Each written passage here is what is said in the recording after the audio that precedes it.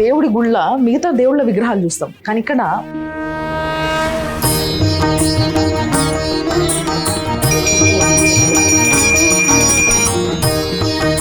British వాళ్ళు పోతున్నప్పుడు అక్కడ ఉన్న స్థానికులతోనే ఆ గుడిని మొత్తం కూలగొట్టించారు. జయలక్ష్మి అమ్మకి ఈ ముసలమ్మ రూపంలో నాగదేవత కనిపించింది. ఇక్కడ నాకు గుడి కట్టు, నేను నీకు నీ కొడుకుని చూపిస్తా అని చెప్పిందంట. అంటే ఎవరైతే ఆ గుడి కట్టడానికి అడ్డుపడ్డారో వాళ్ళే వచ్చి మళ్ళీ మొక్కుకోవడము. ఇక్కడ చాలా మంది దీన్ని గుడి అనరంట, గురుస్థానం అంటారంట. ఎటు చూసినా నాగదేవతలమయమే. అసలు ఇవి భక్తులు పెట్టిందమ్మా. జాగ ఏడు వదలలేదబ్బా గుడి లోపల, కంప్లీట్ గా నాగదేవతలే. ఈ రోజు ఈ గుడి ఇంత పెద్ద ఉండి ఇంత వైభవంగా ఉందంటే ముఖ్య కారణం, మూల కారణం కీళ్ల నొప్పులు, ఊపిరితిత్తుల సమస్యలతో బాధపడుతున్నారా? ఆర్ఎన్సి super speciality hospital, Chintal Quthbullapur. నమస్తే. 100 ఏళ్ల ఆలయం సనాతన వైభవానికి స్వాగతం. మరి సుమన్ టీవీలో ప్రతి వారం ఒక గుడి తిరిగి అక్కడ ఉన్న ఆ చరిత్ర గాని లేకపోతే అక్కడ ఉన్న మహిమ గాని చెప్తా ఉన్నా కదా. సో 100 ఏళ్లకు పైగానే అవుతున్న ఏవైతే స్వయంభూ విగ్రహాలు, గుళ్ళు ఉన్నాయో వాటన్నిటిని మీ అందరికి చూపించే ప్రయత్నమే మన ప్రోగ్రామ్. మరి ఈ రోజు నేను తిరుమలగిరిలా ఏఓసీలా మిల్కా సింగ్ కాలనీ అని ఉందన్నమాట. దాని ఎదురుగానే, అంటే ఇది మిలిటరీ ఏరియా. సో వీళ్ళ క్వార్టర్స్ లో భాగంగా మిల్కా సింగ్ కాలనీ అని పెట్టిండ్రు. ఆ కాలనీకి ఆపోజిట్ లోనే ఓ పెద్ద కమాన్ కనిపిస్తుంది కదా నా వెనకాల మీకు. సో ఇక్కడ నిజంగా కూడా నాగదేవత సంచరిస్తుంది అన్న ఒక పేరు ఉన్నది. మరి ఏంది ఆ గుడి విశిష్టత ఏంది, అమ్మవారు ఎట్లుంటది, అన్ని ముచ్చట్లు నేను లోపల వెనక చెప్తారండి నాతో.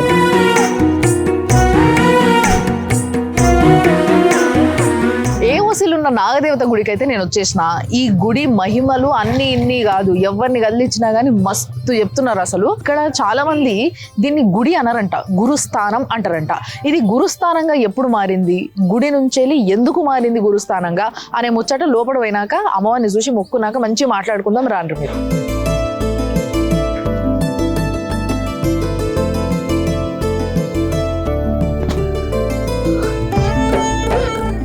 ఓహో, అసలు మామూలుగా లేదు తెలుసా, పెద్ద ఉంది చాలా గుడి. అంటే ఇది 100 ఏళ్ళ గుడి. ఈ గుడి బ్రిటిషర్ల కాలంలో నుంచి ఉన్న గుడి. అండ్ అప్పుడు చాలా చిన్నగా ఉండే అంట గుడి.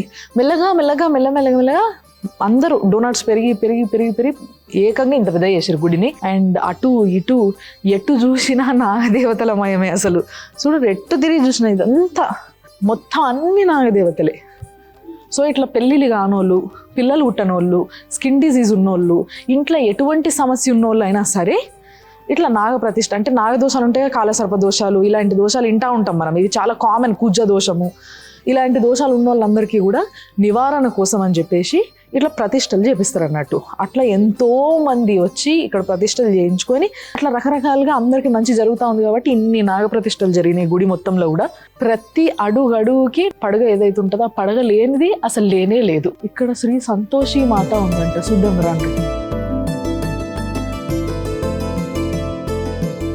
గుళ్ళకి రాగానే ఫస్ట్ లెఫ్ట్ సైడ్ లో సంతోషి మాత ఉన్నది. తర్వాత ఇక్కడ శ్రీ గురు దక్షిణామూర్తి అంట. దక్షిణామూర్తిని చూసి ఇంట్లో నుంచి బయలుదేరితే అంత శుభమే జరుగుతుంది అని చాగంటి గారు కూడా చెప్పిండ్రు, తెలుసు కదా. ఆ కొన నుంచి అసలు జాగ ఏడు వదలలేదబ్బా గుడి లోపల, కంప్లీట్ గా నాగదేవతలే.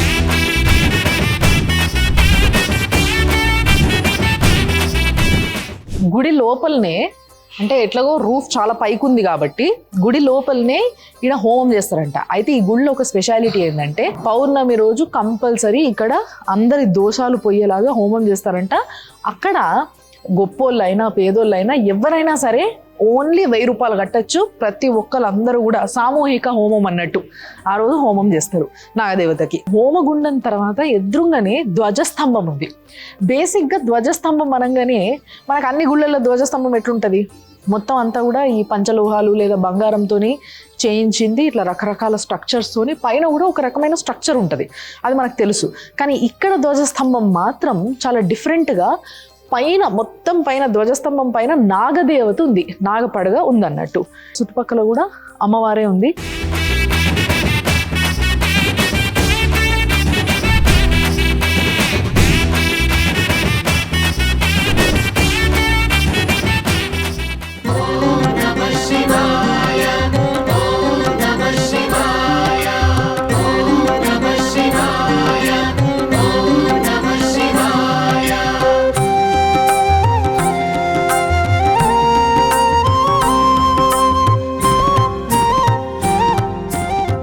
మనకి ఇక్కడ ఒక స్టోరీ కనిపిస్తుంది.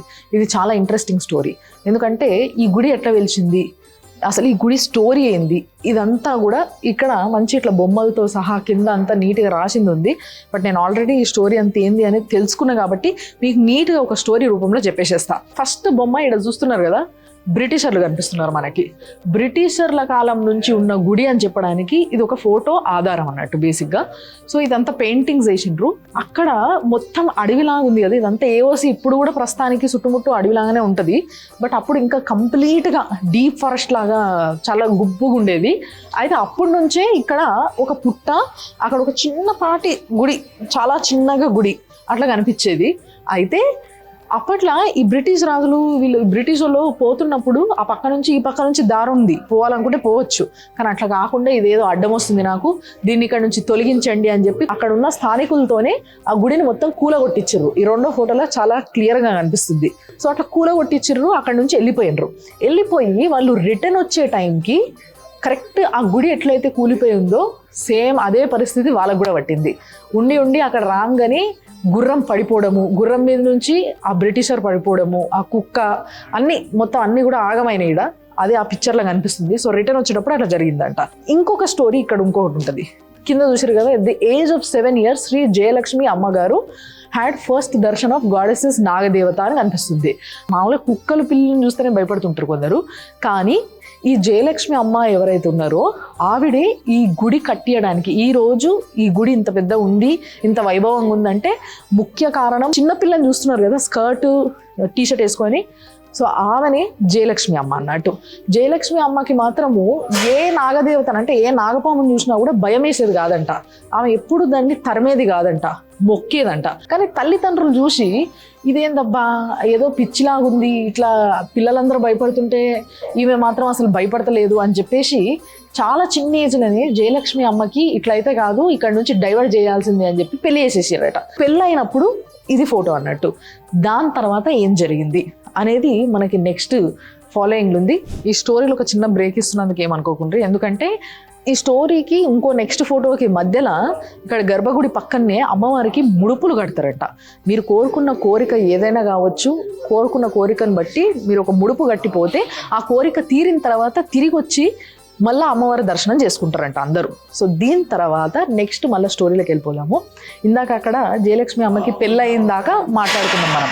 సో పెళ్ళయిన తర్వాత జయలక్ష్మి అమ్మకి ఫస్ట్ కొడుకు పుట్టిండు. కొడుకు పేరు శ్రీ నారాయణ స్వామి. అర్థమైందా? ఇందాక ఓం నారాయణ శక్తి ఓం అని ఎందుకు రాసిండ్రు అని అంటే, ఆమె ఎవరైతే జయలక్ష్మి అమ్మ ఉందో ఆ అమ్మ వాళ్ళ కొడుకు నారాయణ స్వామి. బేసిక్గా చిన్న పిల్లలు ఎట్లుంటారు, ఆటలు పాటలు, స్కూలు, దోస్తులు, ఈ హంగామాలు ఉంటుండే. కానీ ఈ నారాయణ స్వామి అనే పిల్లోడు మాత్రము అట్లా కాకుండా భక్తి, దానము, ధర్మము, భక్తి, శ్రద్ధ, ఎప్పుడు చూసినా ఏదో ఒక మెడిటేషన్ చేయడము, ఇట్లాంటి అలవాట్లు ఎక్కువ ఉన్న కిడ్ అన్నట్టు. కానీ ఒకరోజు సడన్గా చాలా చిన్న ఏజ్లో, అంటే 9 సంవత్సరాల ఏజ్లో ఆ పిల్లోడు ఏ ప్రాబ్లమో తెలియకుండా చనిపోయిందంట. ఆ పిల్లోడే ఇక్కడ మనకు కనిపిస్తుంది కదా. సో నారాయణ స్వామి, ఆయన్నే నారాయణ స్వామి గారు చనిపోయిన ఫోటో అది. సో చనిపోయినప్పుడుది కూడా వేసిండ్రు. దాని తర్వాత జయలక్ష్మి అమ్మ డెఫినెట్లీ పెద్ద కొడుకు, తల్లికి చాలా కనెక్షన్ ఉంటుంది పెద్ద కొడుకుతోని. సో తన కొడుకు, తన కడుపున పుట్టిన కొడుకు చనిపోయిండు అన్న బాధతోని అసలు అమ్మవారిని నమ్మకపోవడము, నువ్వు నాకు ఇంత మోసం చేసినావు, నాకు కొడుకుని ఇచ్చి ఎందుకు ఇట్లా చేసినావు అని చెప్పి బాధపడ్డము, నేను బతకను అని చెప్పేసి ఆమె సిక్ అయిపోవడము, ఈ ఫొటోస్ అన్నీ ఇక్కడ కనిపిస్తున్నాయి. సో సిక్ అయిపోవడము, వాళ్ళ కొడుకు సమాధి దగ్గర పోయి కూర్చొని ఏడవడము ఆ పైన కనిపిస్తుంది. సో ఇట్లా మొత్తం డెఫినెట్లీ ఒక తల్లికి ఆ బాధ ఉంటుంది. ఆ బాధతోనే ఆమె ఆ బాధల మునిగి అట్లా అయిపోయింది. దాని తర్వాత ఒకరోజు సడన్గా జయలక్ష్మి అమ్మకి నాగదేవత కలలు వచ్చిందంట. ఒకరోజు కలలు వచ్చి, నీ పుత్రుడు ఎక్కడికో పోలేదమ్మా, నీ కొడుకు చనిపోయిందని నువ్వు బాధపడుతున్నావు కదా, నా దగ్గరికే చేరిండు, నా దగ్గరనే ఉన్నాడు. ఎందుకంటే జీవితం అంతా చాలా చిన్న ఏజ్ అయినా 9 years అయినా కూడా మెడిటేషన్లు, అమ్మవారి పూజలు, ధ్యానము, దానము ఇవిట్లోనే బతికిండు. కాబట్టి ఆయనకి అమ్మవారి దగ్గరికి పోయే అవకాశం దొరికింది. డైరెక్ట్ అమ్మవారి దగ్గరికి పోయిండు. అయితే అప్పుడు చెప్పిందంట ఏమని అని అంటే, జయలక్ష్మి అమ్మకి, నేను ఇట్లా ఈ పలానా స్థానంలో ఉన్నా, ఇక్కడ నాకు గుడి కట్టు, నేను నీకు నీ కొడుకుని చూపిస్తా అని చెప్పిందంట. చెప్పిన మాట ప్రకారమే చాలాసార్లు ఇట్లా చనిపోయిన బిడ్డ కూడా దానం అడగడానికి ఇంటికి వచ్చిండంట. అట్లా ఇంటికి రావడము, కనిపించడము, ఆమెనే దానం వేయడము, అంతసేపట్లోనే మాయమైపోవడము. తల్లి నా దగ్గర ఉన్నాడు చూసినావా అని నిరూపించడానికి చేసిన ప్రయత్నం. అప్పుడు ఆమె నమ్మి ఓకే సరే అయితే నేను అమ్మవారి గుడి కడతా అని సంకల్పించుకున్నారు జయలక్ష్మి అమ్మ. సో సంకల్పించుకున్న తర్వాత ఇప్పుడు ఈ ఏరియా ఏదైతుందో ఏఓసి అంటే మొత్తం ఆర్మీ ఏరియా కాబట్టి మీకు కూడా తెలుసు, ఇప్పుడు కూడా ఆర్మీ ఏరియాలో ఓ చిన్న అంగుళం జాగా దొరకాలన్నా కూడా కష్టం, అసలు ఎవరికి జాగా ఇయ్యరు. అయినప్పటికీ ఎవ్వరు అడ్డం వచ్చినా ఏమైనా ఎన్ని అడ్డంకులు వచ్చినా కానీ గుడి కట్టి తీరుతా అని గుడి కట్టడం మొదలుపెట్టిన ఏదైతే ఫోటో ఉందో అది ఇక్కడ కనిపిస్తుంది. ఇప్పుడు దాకా నేను చెప్తున్న జయలక్ష్మి అమ్మ విగ్రహాన్ని గుళ్ళ ఇట్లా లోపల పెట్టిండ్రు.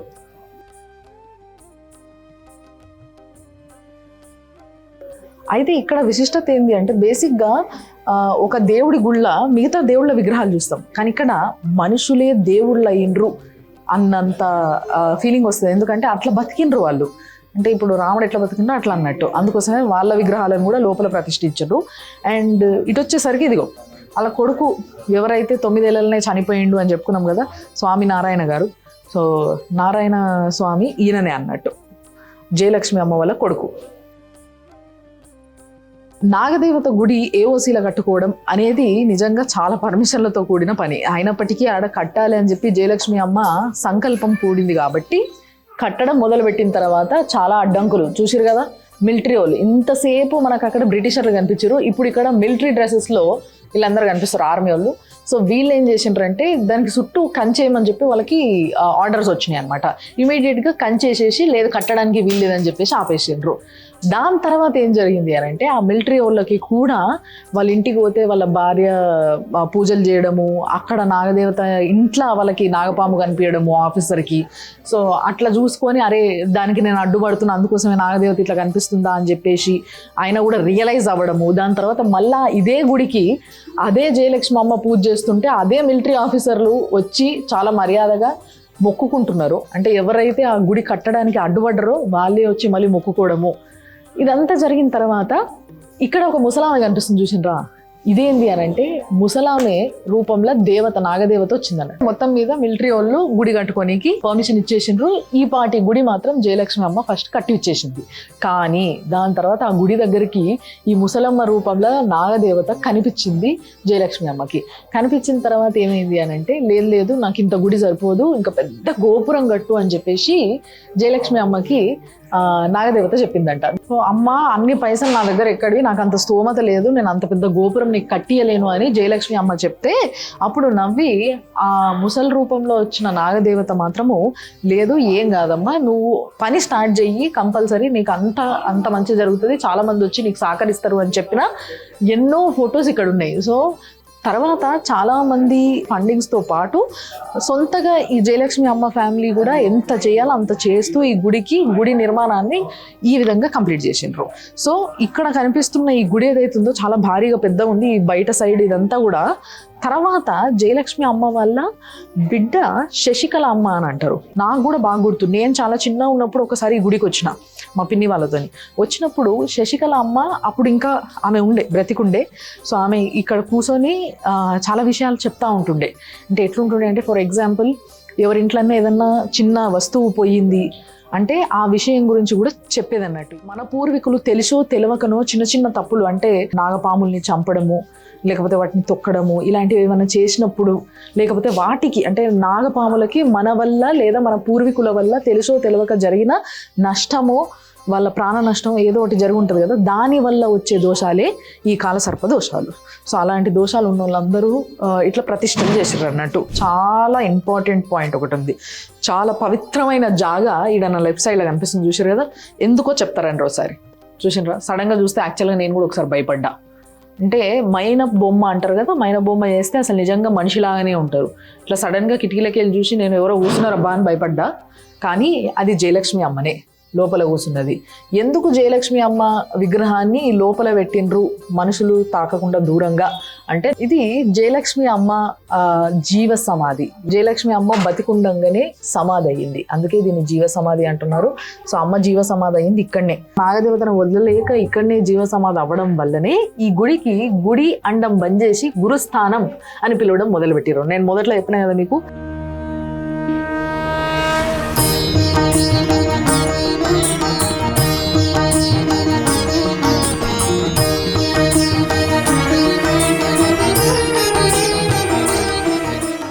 సో అమ్మవారి గర్భగుడి ఎదురుగున్నా నేను. ఇక్కడ నాగదేవత గుడి ఏదైతే గర్భగుడి ఉందో లోపల కింద పుట్టుంది, కానీ ముఖ్యంగా ఫస్ట్ మనం పైన చూడాలి ఇక్కడ. ఎందుకంటే నాగదేవత అటు పక్కనేమో శ్రీ శ్రీ శ్రీ జయలక్ష్మి అమ్మవారు ఉంది. అంటే ఈ గుడిని కట్టించింది ఆమెనే, ఆమె జీవ సమాధి అయ్యింది కూడా ఈ వెనకాలనే. అండ్ వాళ్ళ కొడుకు కూడా చిన్న ఉన్నప్పటి నుంచే చెప్పిన కదా నేను స్టోరీలో భాగంగా, చిన్న ఉన్నప్పటి నుంచి అమ్మవారి ధ్యానంలో ఉన్న వ్యక్తి. ఆయన చిన్న ఏజ్లోనే చనిపోయిండ్రు, ఆయన నారాయణ స్వామి వారు. సో ఆయనది కూడా విగ్రహము ఇక్కడ పెట్టిరాను. అంటే బేసిక్గా భక్తుల విగ్రహాన్ని అమ్మవారు విగ్రహంతో కలిపి మరీ పూజిస్తున్న ఏకైక గుడి ఇదే అని చెప్పుకోవచ్చు మనం. ఇప్పుడు చూద్దాం పాని లోపల మీకు గర్భగుళ్ళ అమ్మవారు ఎట్లా కనిపిస్తుందో చాలా దగ్గర నుంచి చూపియబోతున్నా నేను.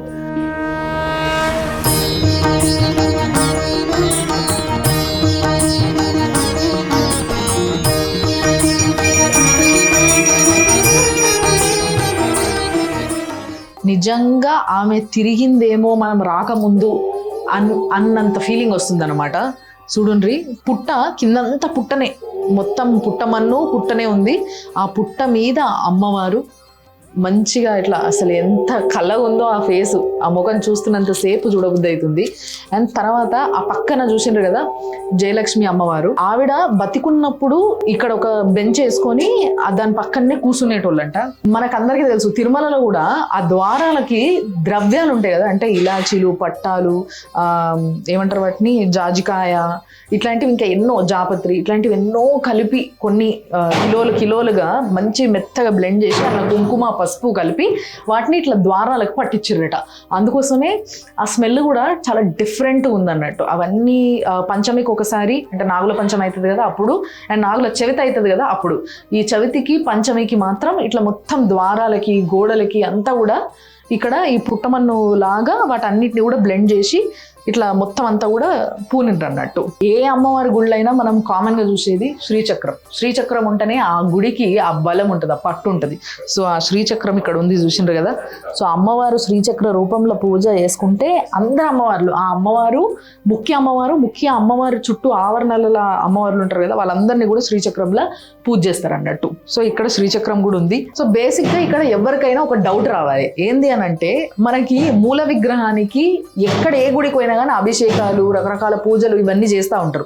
మరి ఇక్కడ చెయ్యరా? ఎందుకంటే కింద మొత్తం పుట్టుంది కదా, మరి పాలు నీళ్ళు వస్తే తడైపోతుంది కదా, అదంతా కూడా ఇట్లా కృంగిపోతుంది కదా మట్టి అని చెప్పేసి ఎవరికైనా డౌట్ వస్తుంది. అందుకోసమే అది మూల విరాట్ అయితే, అంటే అది విగ్రహం అయితే, మూల అమ్మవారి విగ్రహం ఇక్కడ ఉంది లోపలనే. విగ్రహము ఈ లోపలనే ఈ అమ్మవారి విగ్రహం ఇక్కడ ప్రతిష్ఠించారు. ఈ అమ్మవారికి రెగ్యులర్ గా అభిషేకాలు, నైవేద్యాలు, ఇలాంటి పూజలు అన్ని కూడా ఇక్కడ కూడా జరుపుతారు అన్నట్టు. సేమ్ అక్కడ ఇక్కడ, బట్ ఇక్కడ అభిషేకం స్పెషల్లీ ఈ అమ్మవారికి చేస్తారు. మరి తిరుమలగిరి దగ్గర ఉన్న ఈ నాగదేవత గుడి విశిష్టత గురించి ఇంతసేపు నా మాటలలో విన్నారు కదా, కానీ ఎంత నేను చెప్పినా ఈ గుళ్ళ స్వయంగా ఇక్కడనే ఉండి ఎంతో మంది భక్తుల్ని కొన్ని సంవత్సరాలుగా చూస్తున్న వ్యక్తి చెప్పడం వేరేలా ఉంటది. అందుకోసమే నా ముందున్నారు రామచంద్రన్ గారు. ఆయన ఇక్కడ పంతులు ఉంటున్నారు. అంతేకాకుండా ఆయన జయలక్ష్మి అమ్మ ఉన్నారు కదా, ఈ గుడి కట్టించిన ఆవిడ, వాళ్ళ కుటుంబ సభ్యులు అన్నట్టు. సో ఆమెకి సేవలు చేసిండ్రు, దాని తర్వాత శశికళ అమ్మకి సేవలు చేసిండ్రు, తర్వాత ఇప్పుడున్న అమ్మవారికి కూడా సర్వ సేవలు ఆయన్నే చేస్తున్నాడు, ఆయన్నే పూజ చేస్తున్నారు. సార్ నమస్తే. నమస్కారం. బాగున్నారా? బాగున్నా తల్లి. సార్ ఇలాంటి గుళ్ళ, ఇంత మహిమగల గుళ్ళ, అంత దగ్గర నుంచి అమ్మవారిని చూస్తూ ఎన్నో పూజలు చేస్తారు. ఇట్లా రెగ్యులర్ గా వచ్చే భక్తులు చెప్తా ఉంటారా మీకు, తీరుతాయి మా కోరికలు, తీరినాయి అని రావడం కానీ, ఇట్లా మీకు ఏవి ఎదుర్కొంటే మీరు అది చెప్పుండ్రి? తీర్థనం ఉంది, అమ్మ తీరుస్తుంది. ఎప్పుడు ఎట్లా తీరుస్తుంది?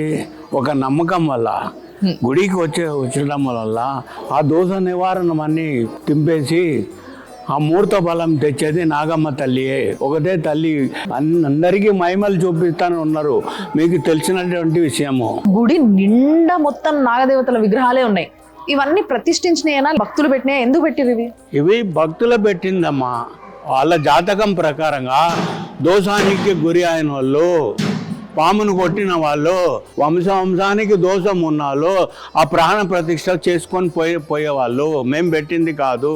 ఓకే ఓకే, ఇది ఒక ఉదాహరణము. Okay okay. చాలా అదృష్టంగా ఫీల్ అవుతున్నాం మేము ఈరోజు వచ్చి మీతో మాట్లాడడము, అమ్మవారిని దర్శించుకోవడం అనేది చాలా సంతోషం. నమస్కారం అమ్మా. Thank you.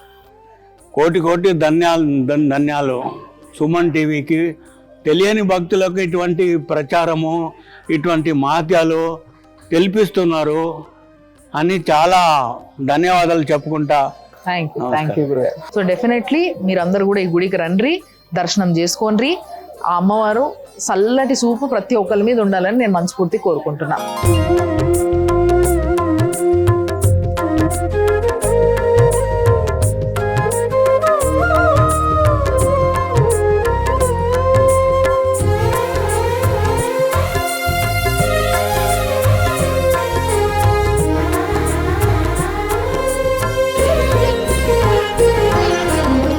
సో ఇది గుడి విశిష్టత చూసినారు కదా. ఈ గుడిలో తిరిగినంత మాత్రాన్ని, ఈ గుడికి వచ్చి అమ్మవారి ముఖం చూసినంత మాత్రాన్ని ముహూర్త బలాన్ని పెంచి మీరు కోరుకున్న కోరికని తీర్చే శక్తి ఉన్న అమ్మవారే ఈ తిరుమలగిరి ఏఓసి ఏరియాలో ఉన్న నాగదేవత గుడి అమ్మవారు అన్నట్టు. సో దీన్ని గుడి అని నేను అంటున్నా, కొంతమంది కూడా అంటున్నారు, కానీ గుడి కాదు ఇది గురుస్థానం అని ఇంకొంతమంది అంటున్నారు.